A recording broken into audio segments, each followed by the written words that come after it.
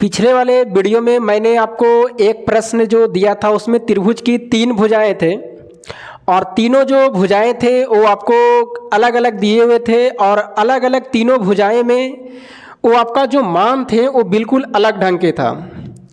अगर वो तीनों भुजा की बात किया जाए तो उसकी तीनों भुजा जो दिया हुआ था ऐसे नहीं था कि एक भुजा 10 है, दूसरा 5 है, फिर 15 है, ऐसे करके नहीं थे। उसका जो भुजा के मान था वो रूट में दिए हुए थे कि 3 भुजाओं का जो मान है वो एक भुजा का मान रूट अंडर ए स्क्वायर प्लस बी स्क्वायर था और दूसरा भुजा को जो मान था वो था 2b का होल स्क्वायर और प्लस ए स्क्वायर था और तीसरी भुजा को जो मान था ए स्क्वायर प्लस 2b का होल स्क्वायर था। यही तीनों भुजा दिया हुआ था और आपसे पूछा गया था कि बताइए इस त्रिभुज का क्षेत्रफल क्या होंगे। लेकिन इस तीनों भुजा की देखा जाए तो इसमें जो मान है बिल्कुल अलग अलग ढंग के दिया हुआ है और इसमें आपको पता नहीं चल रहा है कि इसमें कौन सा त्रिभुज है, समद्विबाहु त्रिभुज है कि समबाहु त्रिभुज है कि विषमबाहु त्रिभुज है, इसमें आपको पता नहीं चल रहा है। तो ऐसे में आपको क्या करना है, ये प्रश्न बहुत ही अच्छा था और इसमें आपको सोचना है कि अगर ए स्क्वायर प्लस बी स्क्वायर दिया हुआ है तो इसमें ए बराबर बी आपको मानना पड़ जाएगा कि अगर हम लेट कर दें कि ए बराबर बी मतलब जहाँ ए दिया हुआ है वहाँ बी रख सकते हैं और जहाँ बी दिया हुआ है वहाँ ए रख सकते हैं। और जब ऐसा करते हैं तो अगर इसको सोल्व करेंगे तो बी के जगह पर अगर ए रखते हैं तो इसका जो मान आएगा वो कितना आ जाएगा, ए स्क्वायर और ए स्क्वायर कितना हो जाएंगे, 2a स्क्वायर हो जाएगा। अगर इसके जगह पर b के जगह पर a रखेंगे तो ये हो जाएगा 4a स्क्वायर, क्योंकि 2a का होल स्क्वायर करिएगा तो 4a स्क्वायर और a स्क्वायर एक पहले से है तो कितना हो जाएगा 5a स्क्वायर। उसके बाद में यहाँ भी b के जगह पर a रखिएगा तो यहाँ भी वही आएगा रूट अंडर कितना 5a स्क्वायर। अगर आप a स्क्वायर बाहर करते हैं सभी जगह से, क्योंकि रूट में है और डबल है, दो दो गो है, इसका मतलब बाहर करेंगे तो इसका जो मान आएगा रूट 2a आएगा, रूट 5a आएगा और इसका भी रूट 5a आएगा। तो इसको हटा के आप लिख सकते हैं रूट 2a, इसको लिख सकते हैं रूट 5a और इसको लिख सकते हैं रूट 5a। अब आपको पता चल रहा होगा कि ये जो त्रिभुज है समद्विबाहु त्रिभुज है, मतलब ABC अगर त्रिभुज आप मानते हैं यहाँ पर तो ये समद्विबाहु त्रिभुज बन रहा है। अब इसमें दो भुजा बराबर है, इसका मतलब रूट 5a यहाँ कर दीजिए और यहाँ भी कितना रूट 5a कर दीजिए। लेकिन जो जो अगला भुजा है वो बराबर नहीं है, मतलब एक भुजा अलग है। अब ऐसे में आप समद्विबाहु त्रिभुज का क्षेत्रफल भी डायरेक्ट लगा सकते हैं कि समद्विबाहु त्रिभुज का जो क्षेत्रफल होते हैं वो होते हैं आपका, अगर क्षेत्रफल की बात किया जाए तो इसका formula 1/4b root under 4a square minus b square होते हैं। अगर इस फॉर्मूले पर भी आप बैठाइएगा तो आपका आंसर आ जाएंगे। लेकिन अगर वो फॉर्मूला आप नहीं बैठाना चाहते हैं तो आपको यहाँ से एक लंब डाल दीजिए और अगर लंब डालते हैं तो ये जो भुजा है इसको 2 बराबर भागों में बांट देगा। तो ये बताइए रूट 2a है तो इधर हो जाएंगे रूट 2a/2 हो जाएगा और इधर भी हो जाएंगे रूट 2a बटा क्या हो जाएंगे 2 हो जाएंगे। अब इस त्रिभुज के माध्यम से यहाँ पर आपको समकोण त्रिभुज होगी, इसकी मान आप निकाल सकते हैं। तो इसका मान अगर निकालिएगा तो मान लेते हैं कि यहाँ पर d एक पॉइंट है तो AD बराबर जो होंगे वो कितना होंगे, कर्ण का स्क्वायर मतलब रूट 5 का स्क्वायर करेंगे और उसके बाद में माइनस करेंगे रूट 2a/2 का स्क्वायर करेंगे। अब यहाँ से अगर सोल्व करते हैं तो इसका मान होगा 5a स्क्वायर और इसका मान होगा आपका 2/4a स्क्वायर होंगे, क्योंकि रूट 2 का स्क्वायर करिएगा 2 और 2 दूना कितना 4, ये 5 चौके 20 होगा। यानी यहाँ पर जो आएंगे मान आपका 20a स्क्वायर में से 2 स्क्वायर जाएगा तो 18a स्क्वायर और बटा कितना 4 बचेगा। यहाँ से अगर आप निकालिएगा तो 18 का वर्गमूल नहीं होंगे, लेकिन 9 दूना 18 करिएगा तो 9 का वर्गमूल 3 होंगे और 2 का रूट 2 में रह दीजिए और इसके बाद में 4 का वर्गमूल कितना होंगे 2 होंगे, यानी 3/3√2a होंगे, कितना 3√2/2a होंगे। अब इसी मान को आपको रखना है, ये ऊंचाई का मान हो गया। अब इस त्रिभुज का क्षेत्रफल अगर आप निकालिएगा तो इसका क्षेत्रफल होंगे 1/2 आधार गुने ऊंचाई। बताइए आधार कितना होगा इसका रूट 2a होंगे और ऊंचाई कितना है तो ऊंचाई यही रूट 3 रूट थ्री नहीं है, 3√2a और बटा कितना 2। कटता है तो काट भी सकते हैं, और अगर नहीं कटेगा तो इसका जो मान आएंगे कितना आएगा, यहाँ पर 1/4 हो जाएंगे और 3 का 3 होगा, और ये √2 को √2 से गुना करेगा तो कितना होंगे 2 और a² होंगे। ये 2 दूना 4 कट जाएंगे, यानी इसका जो मान आएगा 3/2a² होगा। लेकिन क्या ये ऑप्शन में आपको है, नहीं मिलेगा। अगर ऑप्शन में नहीं मिल रहा है तो बताइए a बराबर आप b माने थे, इसका मतलब जहां a है b रख सकते हैं, जहां पर b है वहां पर a रख सकते हैं। तो आपको ऑप्शन में a और b करके दिखाई दे रहा है, तो ये a² को आप लिख सकते हैं a गुना a, इसका मतलब डबल a है, तो इसके जगह पर a गो a रहे दीजिए और a गो a के जगह पर b रख दीजिए, क्योंकि a के जगह पर b रख सकते हैं, और यही आपका आंसर होंगे 3/2ab होंगे। ये देखिए प्रश्न बहुत ही अच्छे थे। तो ऐसे प्रश्नों को बनाने के लिए आपको माइंड लगाना जरूरी है, क्योंकि ऐसे प्रश्न सब कोई नहीं बना पाते हैं। अगर एग्जाम में ऐसे प्रश्न पूछ दिया जाए तो सिर्फ आप ही बना सकते हैं, अगर आपको पता होंगे तो, क्योंकि इसमें कोई डिजिट आपको नजर नहीं आ रहे हैं, इसमें सिर्फ आपको a और b नजर आ रहे हैं। इस फॉर्मूले पर भी बैठाइएगा तो आपका आंसर आ जाएंगे। इसमें इस फॉर्मूले पर ना बैठा करके यहाँ पर आप अगर समद्विबाहु त्रिभुज नजर आएगा तो आप यहाँ से लंब डाल दीजिएगा, और जिस भुजा पे लंब डालिएगा उस भुजा को 2 बराबर भागों में बांट देते हैं, तो 2 त्रिभुज आपको हो जाएंगे। तो ये समकोण त्रिभुज में ये आपका कर्ण हो जाएंगे, ये आधार हो जाएंगे, तो लंब निकाल सकते हैं। और ये जब लंब का मान ऊंचाई का मान आ जाएगा तो फॉर्मूला होते हैं 1/2 गुने आधार गुने ऊंचाई। 1/2 आधार यहाँ से लेके यहाँ तक रहेंगे, और ऊंचाई का मान आपको आए हैं, गुना करिएगा, वही आपका क्या आ जाएंगे, क्षेत्रफल आ जाएंगे इस पूरे त्रिभुज का। चाहे ऐसे बनाइए या इस फॉर्मूले पे रख के बनाइए, दोनों का आंसर क्या आएंगे, आपका सेम आएंगे।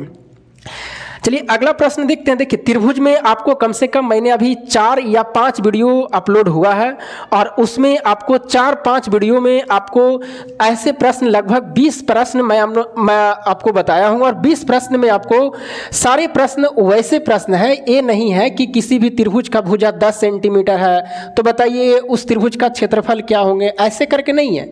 कुछ ना कुछ प्रश्न में आपको क्या रहेंगे, आपको ट्विस्ट किया हुआ रहेगा, और ऐसे प्रश्नों को अगर आप बनाते हैं तो आपका माइंड अच्छा, क्योंकि एग्जाम में बिल्कुल नए नए ढंग का प्रश्न आपको मिलेंगे।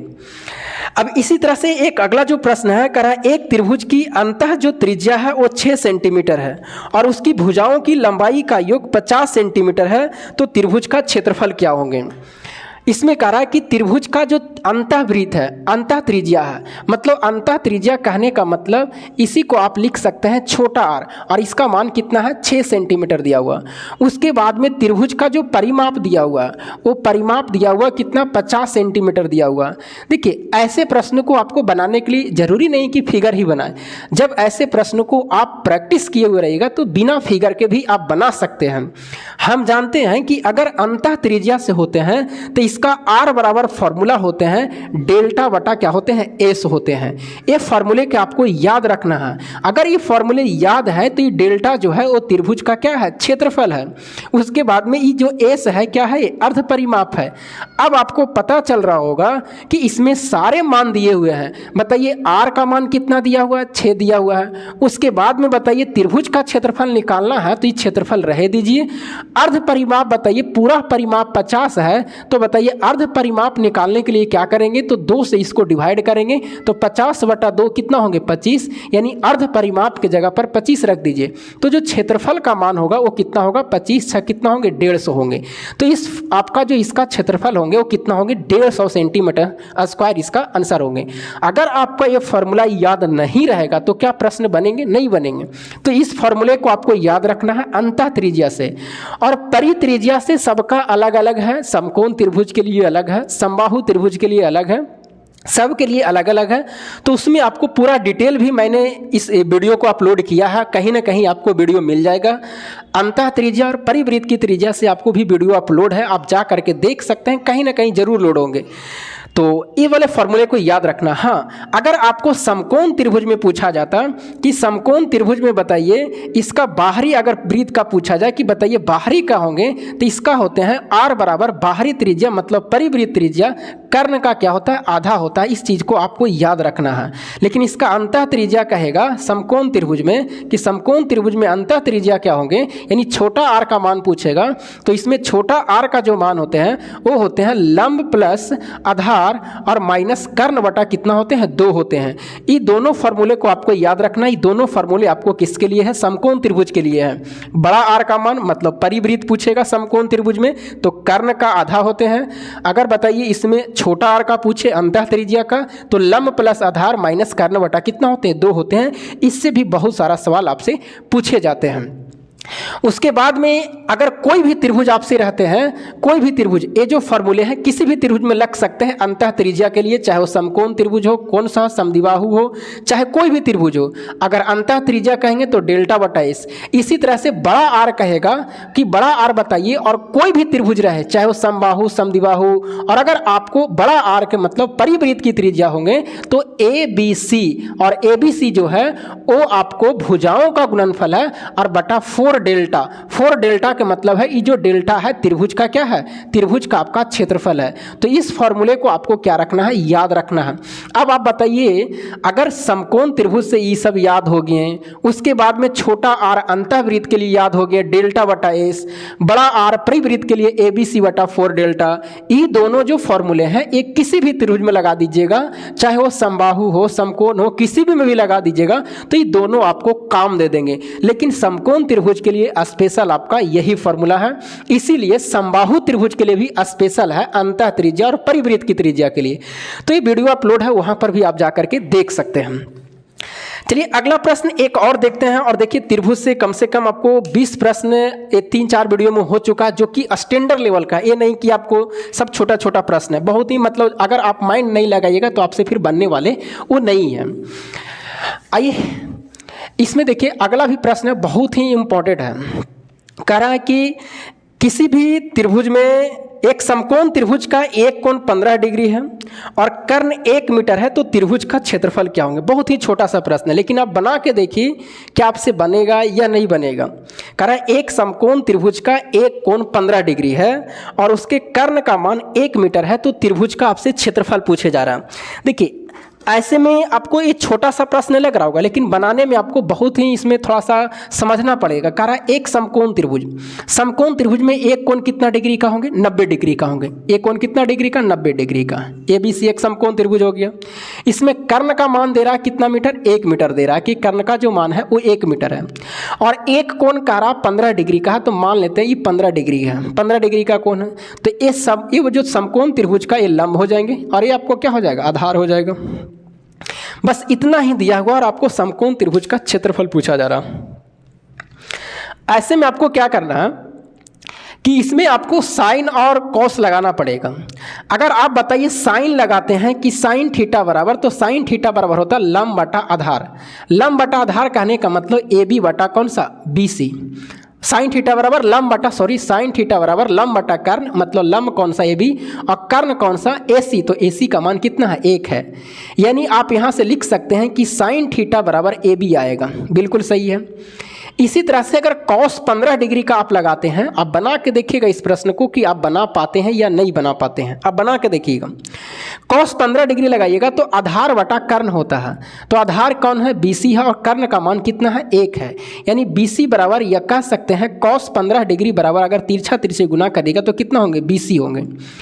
अब आप समकोण त्रिभुज का क्षेत्रफल जानते हैं 1/2 आधार गुने ऊंचाई, या आधार गुने ऊंचाई कहिएगा तो इसका मतलब AB गुने कितना हो जाएंगे, BC होगा।